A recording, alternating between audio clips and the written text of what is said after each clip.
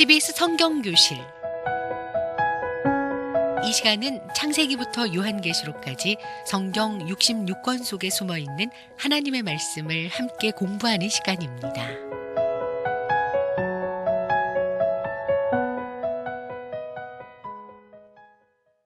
여러분 반갑습니다.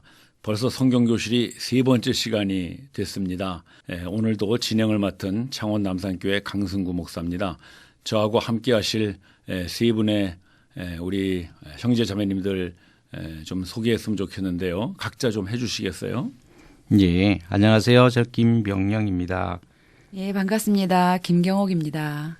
반갑습니다. 김연천입니다. 네, 감사합니다. 지난주에 이어서 오늘도 이렇게 시간을 내주시고 함께 해주셔서 감사합니다.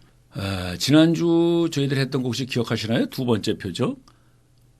왕의 신하를 고치는 표적이었는데 그 왕의 신하를 고치는 표적에서 예수님께서 드디어 살리신 사람은 누구였다고 그랬죠? 혹시 김영진이 기억하시나요?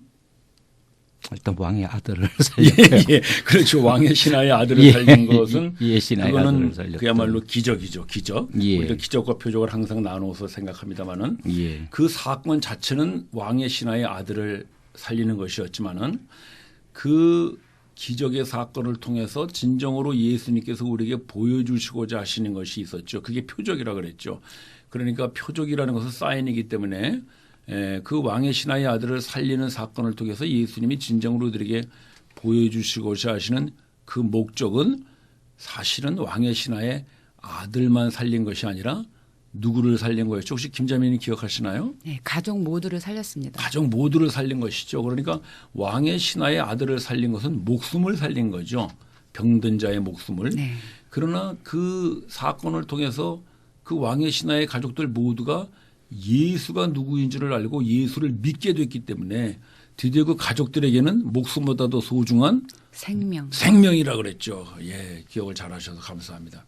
그래서 언제나 우리가 이 목숨과 생명을 잘 구분하면서 요한복음을 읽어나가는 것이 제가 필요하다고 했는데 기적의 사건만으로 얘기하면 목숨에 대한 사건이죠. 땅에 대한 문제이고 인생에 대한 문제인데 그것보다 더 소중한 생명의 문제, 영적인 문제, 하늘의 문제 그것에 대해서 이 표적을 통하여 예수님은 주시고자 했다는 것입니다.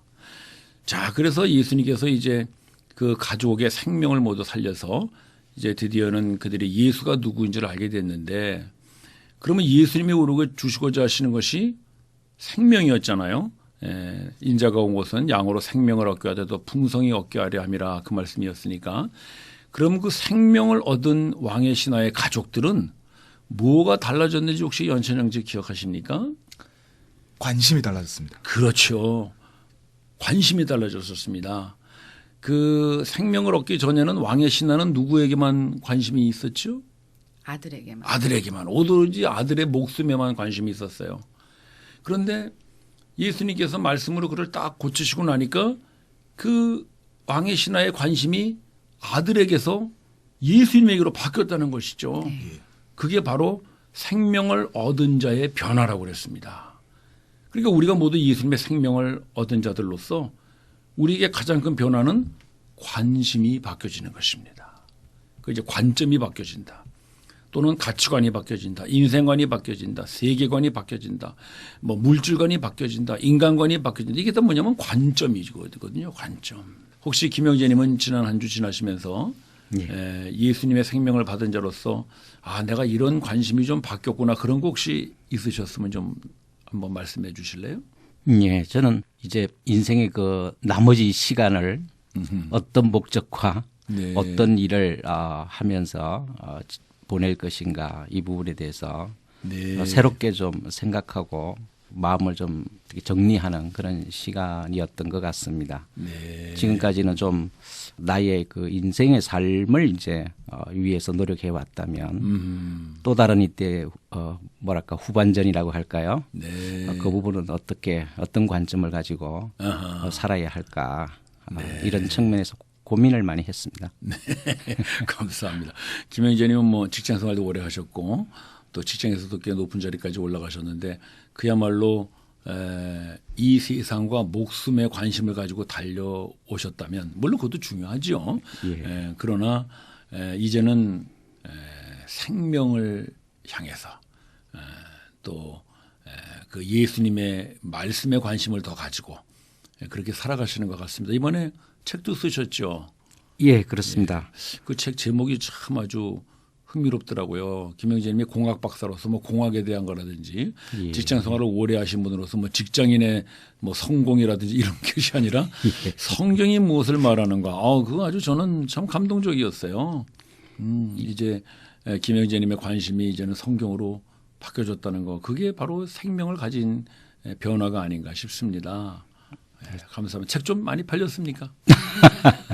뭐 제가 판매를 위한 목적이 아니었고 네. 사실은 하여튼 이 책 출간을 계기로 해서 제가 저의 관점이 많이 바뀐 거는 사실 같습니다. 네, 생명을 얻은 자의 특징입니다. 김자매님은 어떠셨나요? 지난주 혹시 사시면서 내가 생명을 얻은 자로서 이렇게 관점이 바뀌었구나. 혹시 그런 거 없으셨나요?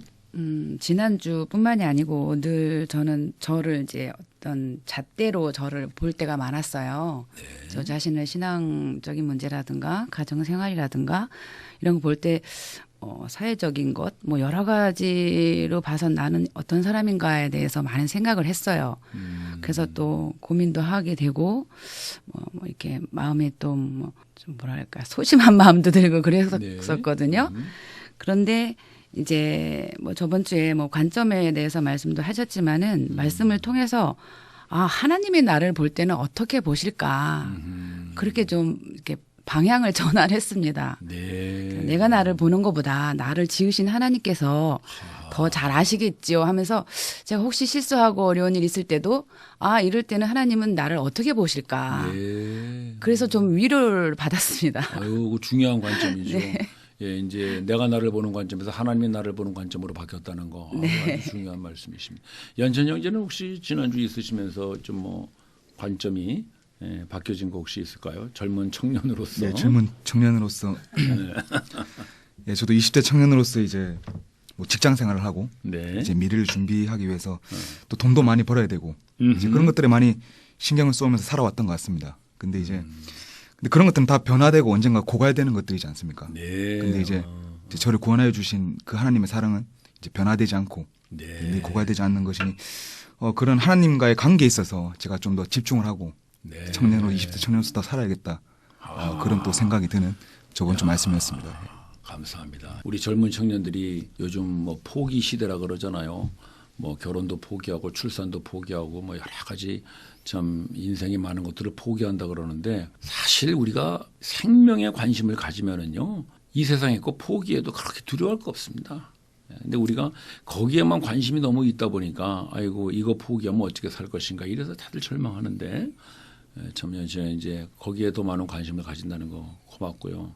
저는 사실 지난주에 조금 충격적인 일이 있었는데 저희 처남이 갑자기 소천했어요. 이제 60도 안 됐는데 저희 그렇게 이제 심장마비로 갔는데 이제 장례를 엊그저께 다 치렀습니다. 근데 이제 저희 장모님이 지금 90이 다 되신 노모신데 계속해서 아들을 생각하고 우시고 계속 그래요. 제가 그랬어요. 장모님이 이제 아들에 대한 관심에서 아들 간 천국에 대한 관심으로 바꾸세요. 그래야 장모님 슬픔이 사라지지. 계속 아들에게만 관심을 가지고 계시면 어찌 하시겠습니까? 그래도 이제 감사한 것이 뭐 처남도 어쨌든 그렇게 열심히 교회 생활은 안 했지만은 그래도 예수님 믿고 살았고 장모님은 노년에 예수님을 믿었어요. 그래서 이제 제가 자꾸 그 관심을 바꿔주려고 얘기를 해주는데 사실 우리가 그렇습니다. 세상에요. 어떤 상황과 환경에 사람들이 왜 빠지냐면 거기에만 집중해서 관심을 가져서 그래요. 그런데 그것을 뛰어넘어서 예수님과 생명에 관심을 가지면은요. 우리에게 다가오는 어떤 슬픔이나 아픔도 우리가 뛰어넘을 수 있습니다. 그게 바로 지난주 두 번째 표적에서 예수님께서 가르쳐 주신 것이죠. 네. 자, 오늘은 그러면 이제 이어서 세 번째 표적 합시다. 자, 요한복음에 나타난 7가지 표적 중에 세 번째 표적. 본문은 요한복음 5장 1절에서 9절 말씀인데요. 한번 우리가 이제 같이 말씀을 읽고 한번 한 절 한 절씩 나눠보도록 하십시다. 먼저 김영재님 1절 말씀 한번 읽어주시겠어요? 예. 그 후에 유대인의 명절이 되어 예수께서 예루살렘에 올라가시니라. 네. 여기 이제 그 후에 이런 말씀이 나오는데 이 그 후라는 것은 이제 4장과 연결해서 볼 수가 있어요. 4장은 우리가 잘 아는 말씀과 같이 이제 사마리아에서 우물가의 여인을 변화시키는 그 사건이거든요. 이제 그 사건을 해서 사마리아 사람들이 다 예수님을 믿기 시작하죠. 그때에 예수님이 제자들에게 그럽니다. 보라, 밭이 씌어졌고 추수할 때가 가까워 왔느니라 그래요. 물론 그 추수라는 것은 영적인 추수를 말하는 거죠. 이제 사마리아 사람들이 예수님을 메시아로 알고 믿기 시작했으니까 저들을 추수해야 된다 그런 말씀이신데 또 실제적으로도 그 당시에 밭이 씌어졌다는 것은 미리 다 익었다는 겁니다. 그러니까 가을이라는 것이죠. 추수가 가까워 왔고 즉 그 가을 후에 그런 말이에요. 가을 후에 예수님께서 명절을 맞아서 예루살렘에 올라가셨어요. 그럼 이 명절은 바로 가을 후에 오는 첫 번째 명절. 혹시 언제인지 아세요? 6월. 6월절이죠. 네. 유대 명절은 크게 3대 절기로 나누는데 3, 4월 봄에 있는 6월절. 바로 이 예수님이 지금 예루살렘에 올라가신 이 절기고요. 그리고 이제 5, 6월에 있는 오순절. 그리고 10월에 있는 장막절 이렇게 세 개가 이제 유대 3대 절기입니다. 근데 이 3대 절기는 모두 농사를 따라서 사실은 지어졌어요. 그래서 이제 6월절에는 보통 이제 그 첫 번째 그러니까 실과를 맺는 초실절이라고도 그러죠. 그때를.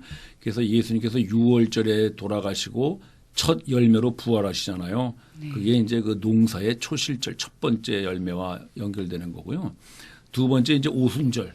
그 오순절은 이제 드디어 보리와 그 밀을 거두는 아주 꽤 큰 농사죠. 그 아직 뭐 전체적인 추수는 아닙니다만은 그래서 그런 오순절을 통하여 드디어는 교회가 탄생하지 않습니까? 오순절 성령 강림으로.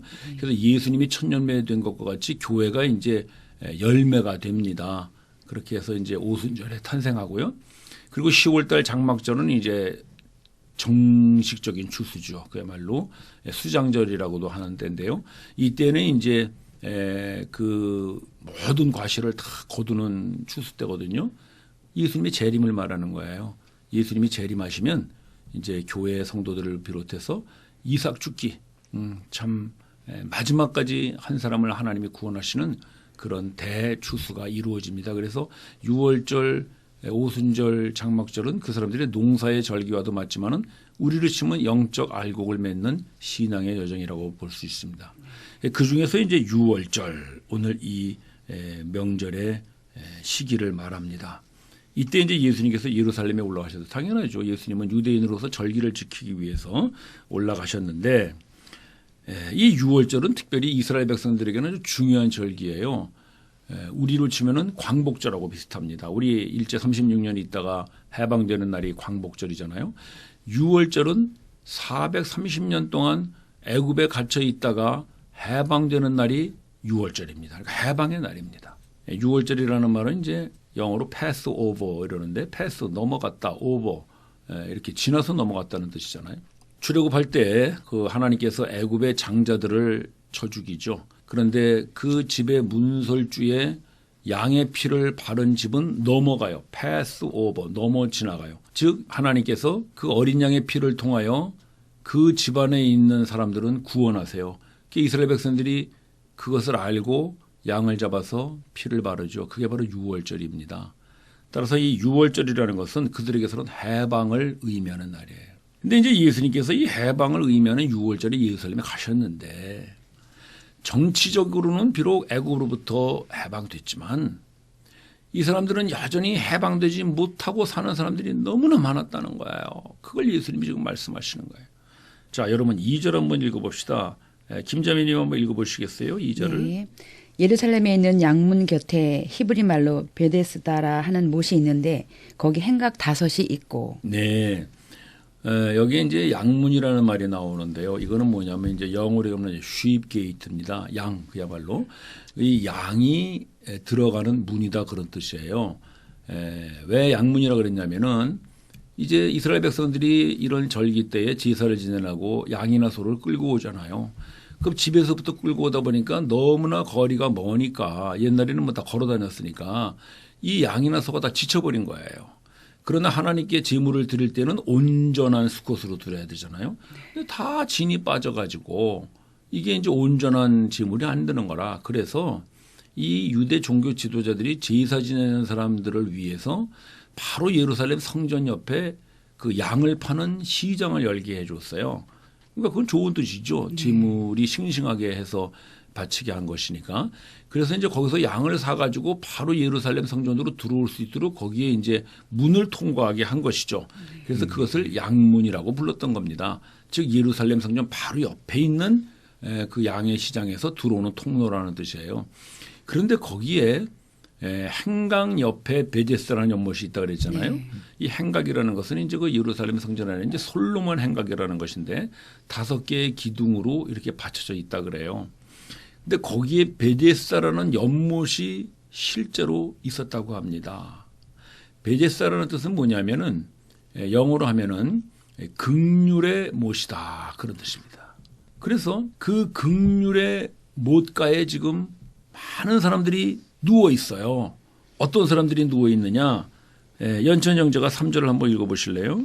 그 안에 많은 병자, 맹인, 다리 저는 사람, 혈기 마른 사람들이 누워 물의 움직임을 기다리니. 자, 지금 그 베데스다 연못가에 누워 있는 사람들이 어떤 사람들입니까? 병자들입니다. 뭐 절뚝발이, 소경, 혈기 마른 자, 전부 병자들이에요. 자, 여러분 이 사람들이 비록 출애굽은했어요. 그들의 조상들이 정치적으로는 애굽에서부터 해방됐어요. 그러나 여전히 병마에 묶여 있다면 이 사람들은 진정으로 유월절을 느낄 수 있을까요? 느낄 수 없죠. 없겠죠. 그러니까 겉으로는 유월절 해방의 날이라고 기뻐하지만은 실제로 그 해방의 기쁨을 누리지 못하는 사람들이 그 베데스다 연못가에 그 예루살렘 성전 안에 여전히 많이 있었다는 것입니다. 참 예수님이 볼 때 안타까운 모습이죠. 하나님께서 그들을 출애굽시켜줬는데도 불구하고 그들이 여전히 병마에 묶여 있으니 그들에게 무슨 해방 기념일 6월절의 의미가 있겠는가. 근데 이것은요 우리도 똑같습니다. 여러분 우리가 1945년 8월 15일 날 36년 일제강점기에서 해방됐습니다. 자, 정치적으로 해방은 되었지만은 우리가 진정으로 해방됐을까요? 지금도 경제적으로 어려움을 겪고 있는 사람들은 경제적 압박을 여전히 받고 있는 거예요. 또 요즘은 뭐 많이 민주화가 돼서 괜찮습니다만은 저희들 70, 80 시대에 저희들 직장 생활할 때는요 노동조합도 없었어요. 그때는 노동조합을 만들지 못할 시대였어요. 여러분 뭐 요즘은 이제 노동조합 활동도 많이 합니다만은 그러니까 노동자들이 그냥 그 노동 시간에 묶여 있을 수밖에 없었어요. 저희들 때는요 저는 80년대 직장 생활했는데 보통 7시 반에 출근해서 밤 9시 반까지 근무했습니다. 그때는 뭐 노동법이고 뭐고 없어. 그냥 다 몸으로 때울 때니까 그것에 대해서 말하는 사람도 없고 그때는 그런 거 얘기하면요. 뭐 글쎄 뭐 하여튼 안 좋았어요. 그런 시대 김영재 님도 그런 시대 좀 살지 않았어요? 직장생활 저거 비슷하게 했던 것 같은데. 제가 입사했을 그 당시에는 저도 비슷하게 그랬죠? 8시 출근하고 뭐 10시 퇴근하는 그런 일이 다반사였었고요. 맞습니다. 그러니까 그때는 무슨 뭐 참 정말 뭐 정치적으로는 해방됐다고 하지만은 경제적으로 묶여 있는 사람들이 참 많았고요. 또 여기 지금 본문에 나오는 것 같이 질병에 걸린 사람들은 병마에 묶여 있고요. 또는 여러 가지 무슨 가정사정이나 이런 게 어려운 분들은 또 그런 가정사정이나 인간관계에 묶여 있는 사람들이 많아요. 특히 북한 주민들을 생각해 보세요. 지금 우리가 일제 30년에서 해방됐다고는 하지만은 그 사람들은 여전히 기근에 묶여 있고 또 여러 가지 정치적 그런 뭐 인권 문제 이런 데 묶여 있고 이런 것들이 모두 다 사실은 진정한 해방을 누리지 못하는 사람들입니다. 우리 주변에 그런 사람들 많습니다. 근데 이런 것들보다 더 큰 해방을 느끼지 못하는 게 있어요. 그게 뭐냐면요. 바로 예수님이 말씀하시는 죄와 사망에서부터의 해방입니다. 아무리 잘 먹고 잘 살고 건강하게 모든 것에서부터 해방된 것 같아도요. 죄와 사망에서 해방되지 않으면 그 사람은 결코 해방된 사람이 아닙니다. 그래서 이 세상은 사탄이 장악하고 있어요. 그게 끊임없이 사탄이 이끄는 대로 죄악으로 빠지고 드디어는 사탄이 가지는 마지막 무기 사망이잖아요. 너 죽어. 그럼 꼴정 못하는 거 아니야. 너 죽어 그러면 다 손드는 것이죠. 그게 뭐냐면 모두 사탄의 세력에 묶여 있어요. 그래서 이스라엘 백성들은 출애굽했지만은 여전히 사탄의 세력에 묶여 있어서 병들고 근심하고 죄악에 빠져 있고 두려워하고 그러고 사는 거예요. 오늘날 우리 인생도 비슷하지 않나요? 뭐 우리는 정치적으로 경제적으로 성장한 것 같지만 사실 우리가 죄와 사망에서 해방되지 못하면 인간은 끊임없이 죽음에 대한 두려움, 병마에 대한 두려움, 미래에 대한 두려움, 여러 가지 삶에 대한 두려움 그런 것들 때문에 사실은 묶여 살아요. 진정한 유월절은 아직 오지 않았어요. 그걸 오늘 예수님이 보여주시는 것입니다. 자, 그런데 이 사람들이 그런 병마에 시달리면서 이제 베데스다 연못가에 그렇게 들어 누워 있는데 이 사람들이 왜 들어 누워 있었느냐? 예, 그게 이제 4절에 나오는데 김영진님 한번 읽어보실래요? 이는 천사가 가끔 못에 내려와 물을 움직이게 하는데 움직인 후에 먼저 들어가는 자는 어떤 병에 걸렸든지 낫게 되밀으라. 네, 그 이제 괄호 속에 있죠. 예. 그 4절이 괄호 속에 있죠. 예. 괄호 속에 있다는 것은 요 말씀이 있는 성경도 있고 없는 성경도 있습니다라는 걸 표시하는 거예요. 그러니까 성경은 지금 많은 사본에 의해서 우리들에게 왔어요. 그러니까 신약 성경만 해도 약 5,000개의 사본이 있다 그러거든요. 원본은 이미 없어졌죠. 우리가 알 수가 없어요. 근데 이제 그 후에 많은 그 유대 서기관들이 성경을 이제 복사했죠. 그러니까 그때는 다 글로 썼을 때 아닙니까? 그래서 이제 조개 피를 그 이 동물의 뼈에 찍어가지고 탁 썼으니까 그런 거 보면 서기관들 바리새인들이 우리 성경을 위해서 엄청난 일을 했어요. 바리새인들이 물론 예수님 잡아 죽인 데 대해서는 비판받아 마땅하지만은 그들이 또 성경을 전수하는 데는 굉장한 일을 한 거거든요. 근데 어쨌든 간에 이 사람들이 그렇게 쓰다 보니까 이 사본이 여러 개가 있어요. 물론 이제 가장 정통 있는 사본이라고 하는 그런 사본들이 있습니다만은 그래도 많은 사본이 지금 있는데 그 사본들 중에는 이 괄호 속에 있는 본문이 있는 사본도 있고 없는 사본도 있어요. 그래서 요거는 있는 것도 있고 없는 것도 있습니다라는 것을 이제 괄호 속에 쳐놓은 거예요. 근데 우리 성경은 이제 있는 사본으로 번역을 해서 괄호 속에 쓴 거예요. 자, 그런데 이 베데스다 연못에 어떤 전승이 흘러오냐면은 물이 동하면은 그 물 속에 가장 먼저 들어가는 사람은 어떤 병도 낫는다는 그런 전승이 흘러오고 있어요. 그러니까 이제 이 많은 병자들이 그 얘기를 듣고 베데스다 연못가에 누워 있는 이유가 뭐냐면 저 연못이 동할 때 내가 가장 먼저 들어가야지라는 걸 기대하고 이 사람들이 지금 누워 있는 거예요. 이제 어떤 상황인지 보이시죠? 네. 그래서 지금 연못가에 쭉 둘러앉는데 모든 이 사람들의 시선은 연못으로만 집중돼 있겠지. 언제 천사가 내려와서 물을 통하게 할지 모르니까 연못에만 집중돼 있는 거예요. 자, 그런데 그 많은 병자들 중에 어떤 사람이 있었느냐? 자, 5절 한번 읽어봅시다. 김자매님 한번 읽어보세요. 거기 38년 된 병자가 있더라. 자, 여러분 38년 동안 베데스다 연못가에 누워서 베데스다 연못이 물이 동하기만을 뚫어지라고 바라보고 있는 사람이 있었어요. 38년 동안. 연천님 38년 하면은 좀 성경에서 생각나는 거 없어요? 38년. 잘 모르겠습니다. 잘 모르겠어요. 예. 이렇게 잘 몰라요. 또 가르쳐주는 재미가 있죠. 이스라엘 백성들이 출애굽해서 가나안 들어갈 때까지가 꼭 38년이에요. 우리가 보통 40년 광야 생활이라 그러는데 40년 중에서 1년 1개월은 시내산 밑에서 율법 받는 시간이 들어갑니다. 그래서 그 1년 1개월을 보통 햇수로 2해 그래요. 그 2해를 빼고 나면은 38년 동안 이 사람들이 실제로 방황을 해요. 그 38년이 바로 이 38년 된 병자가 오로지 베데스다의 연못에 물이 동하기만을 바라보고 있었던 것과 똑같다는 것을 요한은 지금 암시하는 거예요. 자, 여러분 생각해 보세요. 이스라엘 백성들이 38년 동안 광야를 방황했잖아요. 그 사람들이 오로지 하나 바라보는 건 뭐였을까요? 김영진님, 그 사람들의 목적이 뭐예요? 가나안이죠. 가나안이죠. 가나안의 젖과 꿀이 흐르는 땅이 그 사람들의 목적이었죠. 그런데 이 사람들이 그 목적지인 가나안에 들어가서 과연 어떻게 됐나요? 김자매님. 행복했나요? 아니요, 더 나빠졌죠. 더 불행해졌어요? 그 사람들은 그 목적지에 들어가면 젖과 꿀이 흐르는 땅이 자기들을 행복하게 해줄 거라고 생각했어요. 그래서 오로지 가나안에 들어가는 것이 38년 동안 이 사람들이 기다리던 목적이었어요. 그러나 막상 그 가나안 땅에 들어가고 보니 거기에는 적과 꿀이 흐르는 땅의 행복이 아니라 그들을 유혹하는 바알신, 아스타롯신, 그 음란과 그 우상의 재물들이 가나안 땅을 점령하고 있었어요. 하나님께서 그들을 다 내어 쫓으라 그랬는데도 그들은 그들을 내어 쫓지 않지요. 왜? 그들과 적당히 타협하면서 드디어는 바알도 섬기고 하나님도 섬기는 혼합신앙을 이 사람들이 만들어내고 만 거예요. 자, 여기서 우리가 중요한 걸 하나 기억해야 되는데, 물론 하나님께서 그들에게 가나안 땅을 약속으로 주셨어요. 그러나 가나안 땅에 들어가서 그들이 행복하게 살 수 있는 것은 그 땅이 비옥하고 적과 꿀이 흐르는 땅이기 때문이 아니라 그 땅에 하나님이 계시기 때문에 그들은 행복할 수 있었다는 걸 이 사람들이 놓치고 있었던 거예요. 즉 이 사람들은 오로지 가나안에만 들어가면 모든 것이 다 될 거라고 생각했어요. 그러나 가나안에 들어가서 하나님을 놓쳤어요.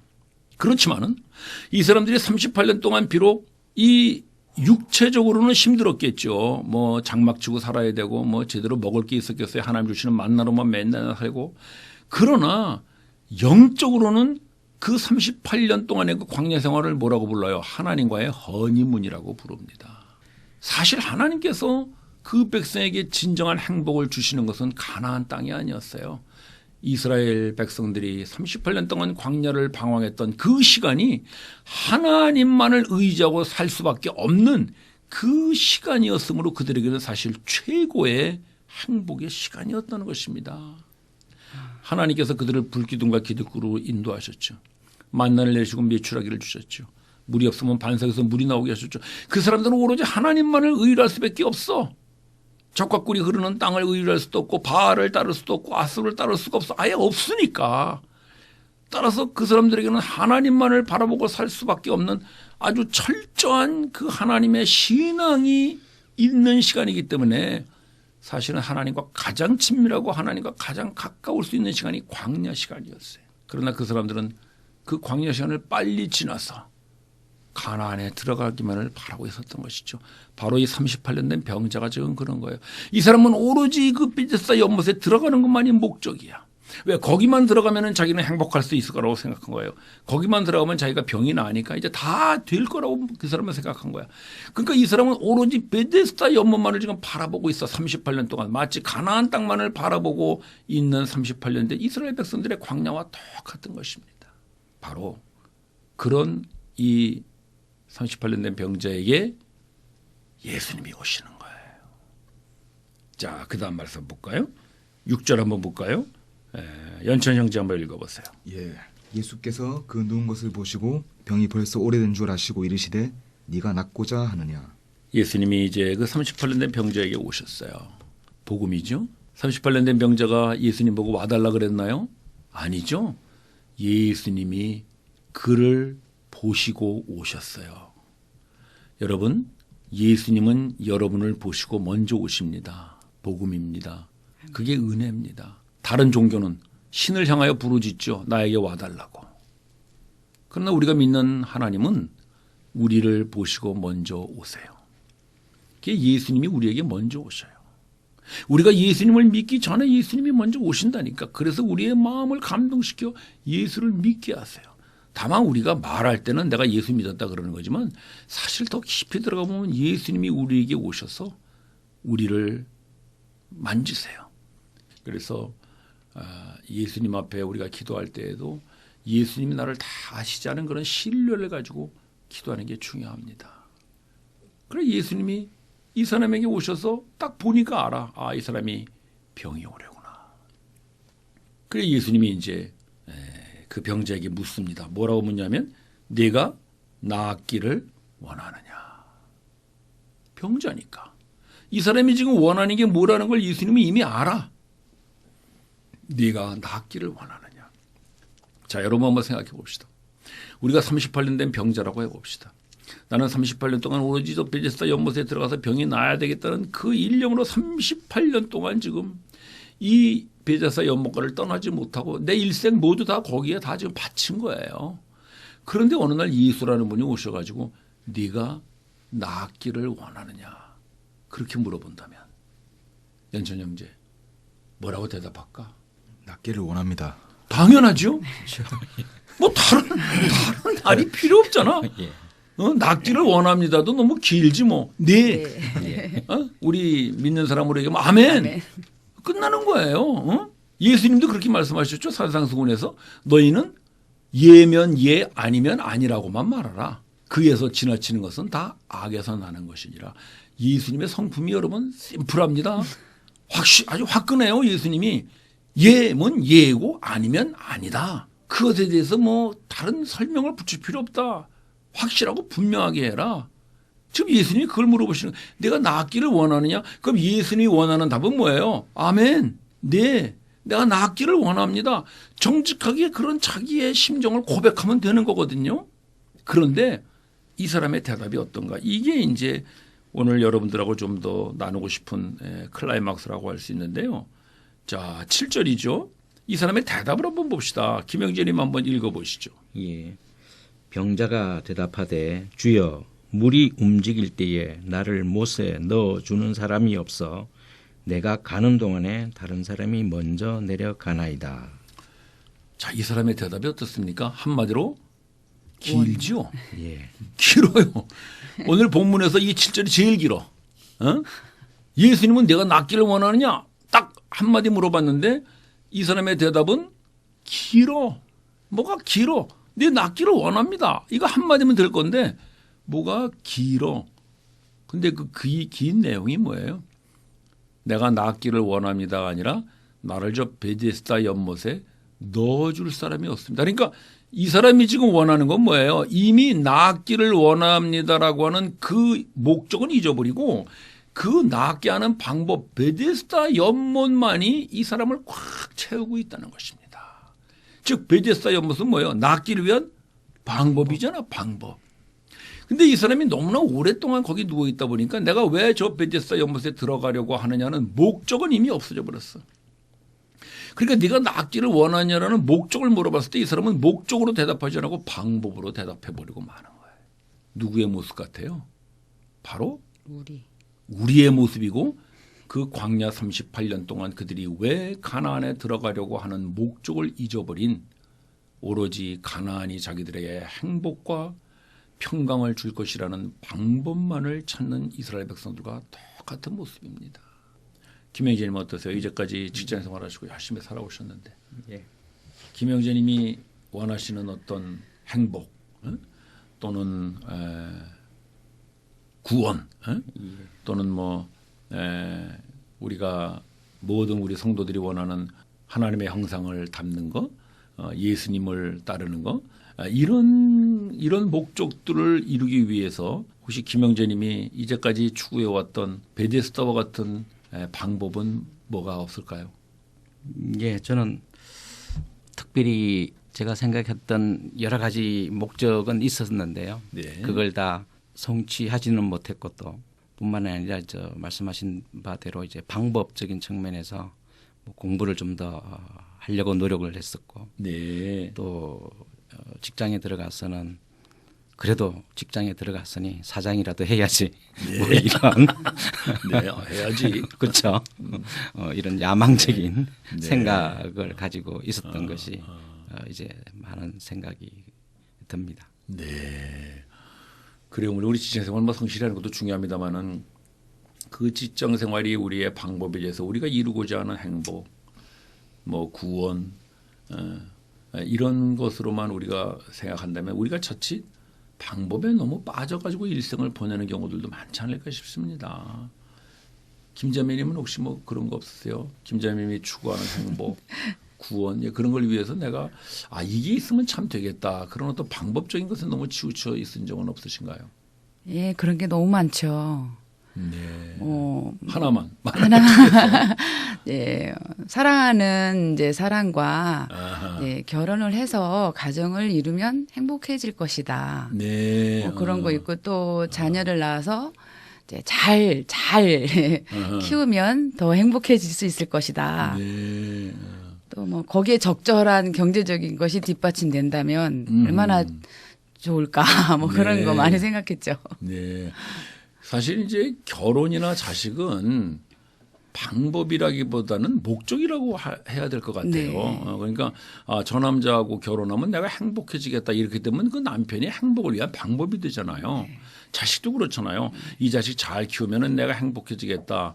내가 뭐 자랑스러워지겠다. 그러면 자식조차도 방법이 될 수 있는데 우리가 그런 오해를 할 때가 참 많습니다. 네. 그러나 사실은 결혼은 남자는 그 여자가 목적이어야 하고 여자는 남자가 목적이어야 하고 네. 또 자식을 낳았으면 그 자식이 우리의 목적이어야지 그 결혼을 방법으로 무엇을 추구하겠다는 게 참 요즘 글쎄 결혼관들이 그렇다면 잘못된 것이겠죠. 예. 영천 형제는 혹시 젊은이로서 예. 행복과 또 뭐 그런 걸 위해서 내가 꼭 이 방법을 취해야 되겠다 뭐 그런 거 혹시 없었을까요? 예, 저는 아직 20대 청년으로서 네, 좀 미래를 잘 준비해야 된다는 생각에 네, 예, 그러면 저는 돈이 많이 필요하다라는 그런 아유. 생각에 그렇습니다. 예, 어떻게 정직한 우리의 심정이죠. 어떻게 하면 돈을 많이 벌 수 있을까? 네, 좀 목적은 잃어버리고 네, 돈을 어떻게 하면 많이 벌 수 있을까? 네. 그런 방법을 조금 좀 많이 집착하면서 살아온 것 같습니다. 예. 맞습니다. 사실 저도 연천 형제 나이 때 그랬던 것 같아요. 저도 아마 연천 형제 비슷할 때 직장생활 시작했는데 저는 공장에서 근무했어요. 그게 이제 신입사원 때 딱 공장에 들어가니까요. 나는 공장에서 공장장이 그렇게 대단한 사람인지 처음 봤지. 공장장은요 유니폼도 안 입고 다녀. 우리 다 근무복 입고 다니는데 공장장은 그냥 쫙 사복 입고 다니면서 쫙 현장에 들어가잖아요. 그러면 뭐 현장 직원들이 뭐 쫙 서가지고 인사하고요. 공장장이 한마디 하면 뭐 그냥 완전히 이건 군대 이상이야. 막 착착착 하는데 너무나 멋있어 보이더라고. 그래서 제가 그때 그 꿈을 가졌어요. 공장장이 돼야 되겠다. 나의 꿈은 그것이다. 그래서 저는요 어느 정도였냐면요. 아침에 출근하면은요 걸어가면서도 이 보폭에 맞추어서 공장장 이러면서 걸었어요. 나중에 이상한 사람이었지. 그래가지고 하여튼 뭐 얼마나 정말 열심히 일을 했는데 내가 생각해도 표창받을 만큼 일을 했어요. 그 이제 상사들도 뭐 내 그런 야망은 모르고 저 젊은 친구 잘한다 그래갖고 제가 다른 동료들보다 굉장히 앞서서 진급을 했습니다. 이게 직장생활 해보신 분은 알겠습니다만은 회장 결제 받으려면 13개 도장을 받아야 됩니다. 그 단계를 거슬러 올라가야 돼. 그거 이제 저는 뭐 주임, 대리, 과장, 차장, 부장 이제 부장 되면 이제 임원 되거든요. 이사 되면 이제 잘하면 이제 공장장 될 수 있지. 그래서 공장장의 꿈이 다가오는구나. 내가 공장장보다 다 되는 줄 알았어. 제 아내하고 결혼할 때 제가 그랬거든요. 제 아내에게 이제 미스 김 나하고 결혼하면 내가 공장장 사모님을 만들어 주겠다. 이래가지고 이제 제가 꼬시기도 하고 그랬는데 여자들이 잘 넘어오더라고 그러니까. 그래가지고 이제 공장장이 오로지 꿈이었는데 제가 갑자기 눈에 이상이 생겨가지고 이제 다 포기할 수밖에 없었죠. 근데요. 제가 이제 그것이 계기가 돼서 공장장의 꿈을 접고 이제 하나님의 부르심이라 생각해서 이제 외국에서 신학을 공부하고 이제 목사가 돼서 이렇게 다시 한국으로 돌아왔는데 요즘 가만히 돌아보면 참 그런 생각이 들어요. 나는 공장장이 되면은 내 꿈이 이루어질 거라고 생각했어요. 나는 공장장이 되면은 직원들로부터 존경받고 명예를 얻고 더 나가서 나는 신앙인으로서 우리 공장에 교회를 세우려고 그랬어요. 사실은. 그래서 하나님께 그런 기도도 드렸어요. 저를 공장장 만들어 주시면 제가 주님의 이름을 높이겠습니다. 이제 그런 기도까지 했는데 그거는 내 생각이고 내 꿈이지 하나님은 그런 방법을 안 쓰시더라고. 하나님이 쓰시는 방법은 달라. 이 말씀을 좀 마저 나누고 제가 그 말씀을 좀 드리고 싶은데요. 자, 그럼 예수님은 그 베데스다 연못이라는 방법을 통하지 않고 어떻게 이 사람을 고치시는가? 우리 그 말씀 한번 볼까요? 김자매님이 8절 한번 읽어보실래요? 네, 예수께서 가라사대 일어나 내 자리를 들고 걸어가라 하시니. 네, 9절도 마저 읽읍시다. 그 사람이 곧 나와서 자리를 들고 걸어가니라. 네. 이날은 안식일이니. 자, 여러분. 이 병자는 오로지 베데스다 연못을 통하여 병이 나을 것을 기대했습니다. 그러나 예수님은 그 사람을 베데스다 연못에 넣어주는 것이 아니라 무엇으로 그를 고쳤습니까? 말씀으로 고쳤죠. 네 자리를 들고 일어나라. 말씀으로 고쳤습니다. 여러분 첫 번째 표적 물로 포도주를 만드는 사건 때 예수님이 무엇으로 물로 포도주를 만들었죠? 말씀이었죠. 갖다 주어라. 그 말씀밖에 없었잖아요. 두 번째 표적 왕의 신하의 아들을 고칠 때 무엇으로 고치셨죠? 말씀으로. 내 아들이 나았다. 말씀으로 고치셨어요. 세 번째 표적도 내 자리를 들고 일어나라. 걸어가라. 말씀으로 고치셨어요. 예수님 말씀하십니다. 하나님의 아들의 음성을 들을 때가 오나니 곧 이때라 듣는 자는 살아나리라. 요한복음 5장 25절 말씀입니다. 예수님의 말씀은 죽은 자를 살리십니다. 왜? 예수님의 말씀은 하나님의 아들의 말씀이기 때문입니다. 우리가 요한복음 처음 시작할 때 요한복음의 목적이 있었죠. 예수가 그리스도이시며 하나님의 아들이심을 믿게 하는 것이었잖아요. 즉 하나님은 말씀으로 천지를 창조하셨어요. 죽은 자를 살리셨고 없는 것을 있게 하셨어요. 예수님은 하나님의 아들로서 똑같은 일을 하셔요. 그래서 예수님은 말씀으로 38년 된 병자를 고치심으로써 그가 그리스도이시며 하나님의 아들이심을 이 요한복음을 읽는 우리에게 믿게 하세요. 그게 바로 요한복음의 목적이에요.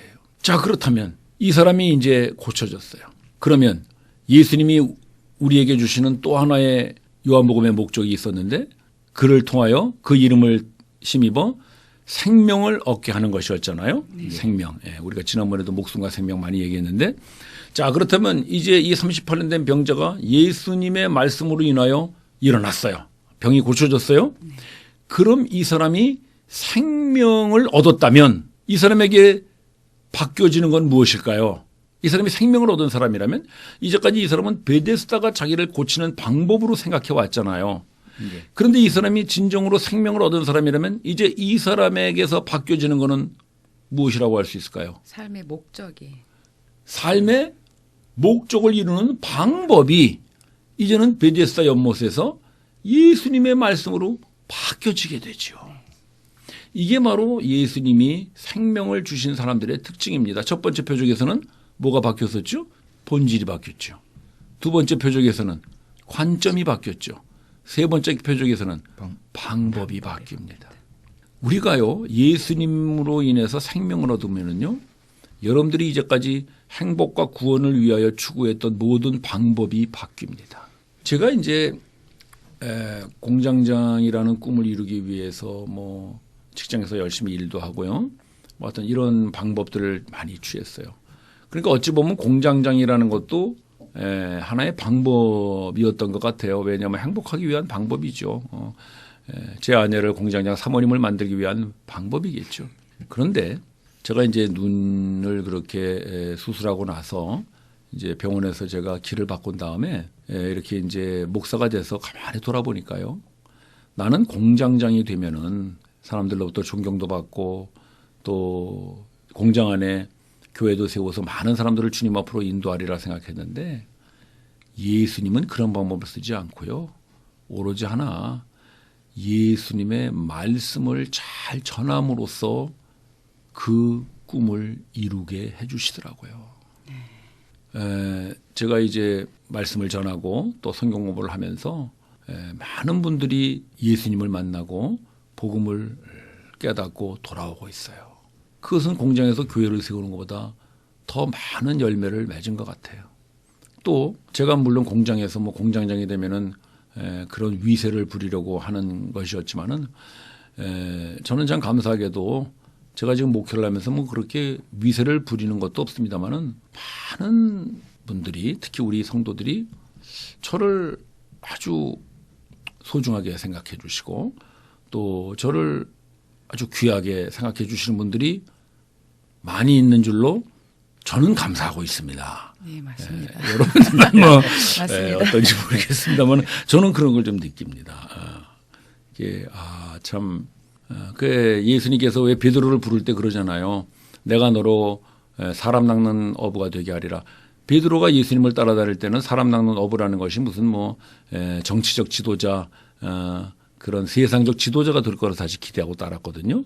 그러나 예수님께서 말씀하시는 사람 낚는 어부는 드디어는 베드로가 교회를 세우는 위대한 사도가 되어서 그가 꿈꾸는 그런 사람 낚는 어부가 아니라 예수님이 만들어주시는 사람 낚는 어부가 돼요. 따라서 우리가 물론 여러 가지 행복과 구원과 승리와 이런 것들을 우리 삶의 목적으로 둘 수 있는데요. 그것을 이루는 방법은요. 결코 베데스다가 아닙니다. 많은 사람들은 베데스다 연못과 같이 돈을 많이 벌면 성공을 하면 출세를 하면 건강하면 지위를 얻으면 그런 방법으로 그 행복과 구원에 이룰 수 있다고 둡니다마는 예수님은 그렇게 말씀하지 않습니다. 예수님은 그런 베데스다의 방법을 뛰어넘어서 그분의 말씀으로 여러분들을 그 행복과 구원과 승리와 평강의 목적에 도달하게 해 주시리라 믿습니다. 아멘. 자, 그런데 과연 이 사람은 그러면 예수님께서 그렇게 병을 고쳐주셨는데도 불구하고 생명을 받았는가? 이거 우리가 좀 보고 가야 되지 않겠어요? 그 밑에 14절을 보시면은 그 답이 나오는데요. 연천영제 14절을 한번 읽어보세요. 예. 그 후에 예수께서 성전에서 그 사람을 만나 이르시되 보라 네가 나았으니 더 심한 것이 생기지 않게 다시는 죄를 범하지 말라 하시니. 예수님께서 고쳐주신 그 병자를 만나서 뭐라고 그러시냐면 더 심한 것이 나지 않기를 조심하라 그래요. 그럼 그 더 심한 거라는 것은 무엇일까? 예수님이 말씀하시는 더 심한 것이라는 것은 38년 된 그 병자가 앓던 그 몸의 병이 아니라 그 몸의 병보다 더 심한 병, 바로 영적인 병을 말하는 거예요. 바로 죄와 사망을 말하는 것입니다. 아까도 제가 말씀드린 대로 아무리 그 육체의 질병에서 해방됐다고 할지라도 그 사탄의 세력 죄와 사망에서 벗어나지 못하면 우리는 여전히 진정한 해방을 맛보지 못합니다. 근데 예수님은 이 사람들이 그것을 경고하시는 거예요. 왜? 그 사람에게는 아직 생명이 충만히 채워지지 않았다고 예수님이 보셨기 때문에 그런 거예요. 그걸 어떻게 아느냐? 15절을 읽어보시길 바랍니다. 김영재님 읽어보세요. 예. 그 사람이 유대인들에게 가서 자기를 고친 이는 예수라 하니라. 자, 지금 이 병 고친 날이 안식일이었거든요. 아까 네. 9절 후반부에 나왔죠. 안식일에는 병을 고치면 안 되죠. 응급 환자 아니면 안 되거든요. 근데 이 사람은 38년이나 된 사람이니까 응급 환자가 아니죠. 그럼 예수님께서 그 다음날 고쳐도 되는데 예수님은 일부러 안식일에 그 사람의 병을 고칩니다. 그 의미는 뭐냐면은 진정한 안식일이란 아무것도 안 하고 앉아있는 것이 아니라 병든 자를 고치고 죄와 사망에 묶여져 있는 자에게 해방을 주는 것이 진정한 안식 아니냐. 이걸 예수님이 가르쳐 주시는 거예요. 그러나 유대 종교 지도자들은 여전히 그 껍데기뿐인 율법의 조각을 붙들고 앉아가지고 하는 소리가 왜 안식일에 병을 고치느냐. 안식일에 병을 고치는 그는 율법을 어긴 자가 아니냐. 그 자가 누구냐. 이거를 이 38년 된 이 고침받은 병자에게 물은 거예요. 자, 그렇다면 여러분, 만약에 우리가 이 사람이라면은 유대 종교 지도자들에게 뭐라고 얘기할까요? 당신들이 그렇게 이야기해도 이 사람은 38년 된 나를 해방시켜주는 나의 구원자입니다. 그렇게 얘기해 당연한 거 아니겠어요? 네. 근데 이 사람 뭐라 그래요? 그가 예수다라고 예수님을 지목하여 고자질합니다. 예수님 보실 때 이 사람이 비록 육체의 병은 고쳐졌지만 아직도 예수가 생명을 주시는 분으로 받아들이지를 않아요. 그러니까 몸에 그 고침을 받은 것으로 끝나고 말았어. 우리가 지난주에 봤잖아요. 왕의 신하는 그 아들이 고침받았을 때 관심이 어디로 갔어요? 아들에 대한 관심에서 예수가 누구인가로 바뀌어졌잖아요. 그 사람이 생명을 얻은 사람이거든요. 근데 이 사람은 여전히 육체의 병이 나았으면 됐지. 저 예수가 유대 종교 지도자들에게 붙들려서 죽거나 말거나 안식일을 범한 율법 파기론자나 뭐나 나는 상관없어. 나는 날만 살면 되는 거야. 이게 바로 생명을 얻지 못한 그저 목숨만 건진 사람이라는 것입니다. 여러분 그런 사람들 많습니다. 교회에 와서 병 고쳤어요. 그걸로 끝이야. 생명을 얻지 못해요. 교회에 와서 뭐 회복되었고 뭐 사업이 일어났고 많은 간증을 해요. 그러나 그것으로 끝나고 말아 생명을 얻지 못하면요. 더 큰 병에 걸릴 수가 있어요. 그게 영적인 병이에요. 그게 예수님이 뭐라 그래요? 16절 마저 한번 볼까요? 김영진님 한번 읽어보세요. 예. 그러므로 안식일에 이러한 일을 행하신다 하여 유대인들이 예수를 박해하게 된지라. 예수님은 38년 된 병자를 고친 결과 어떻게 됐습니까? 박해를 받습니다. 생명을 얻은 자는 예수님을 구원자로 받아들이고 예수님 편에 서지요. 그러다 이 사람은 병을 고쳤지만은 유대 종교 지도자들 편에 서서 예수를 고자질하여 예수가 박해받게 합니다. 이것이 바로 더 큰 병입니다. 따라서 예수님은 하나님의 아들로서 말씀으로 낫게 하십니다. 그리고 예수님은 우리에게 그 이름을 힘입어 생명을 주십니다. 생명을 얻은 사람은 드디어는 방법이 바뀌고 생명을 얻은 사람은 예수가 누구인지를 압니다. 그래서 예수님 편에서 예수님을 따르고 예수님을 받아들이는 그런 변화된 삶을 살게 됩니다. 네, 오늘 그러면 세 번째 표죠. 이것으로 마치도록 하겠습니다. 예, 이번 한 주간 여러분 또 살아가시면서 베데스다 연못을 여러분들의 목적을 위한 방법으로 삼아왔다면 이제는 베데스다 연못을 뛰어넘어서 예수님의 말씀이 여러분들의 행복과 구원과 평강과 승리의 목적을 이루는 그런 능력의 삶들이 되시기를 바랍니다. 감사합니다. 감사합니다. CBS 성경교실 지금까지 창원 남산교회 강승구 목사였습니다. 창세기부터 요한계시록까지 성경 66권 속에 숨어있는 하나님의 말씀을 함께 공부하는 CBS 성경교실은 여러분과 함께 만들어갑니다. 이 수업에 참여하고자 하시는 분은 전화 지역번호 055-224국에 5600번으로 연락하시길 바랍니다.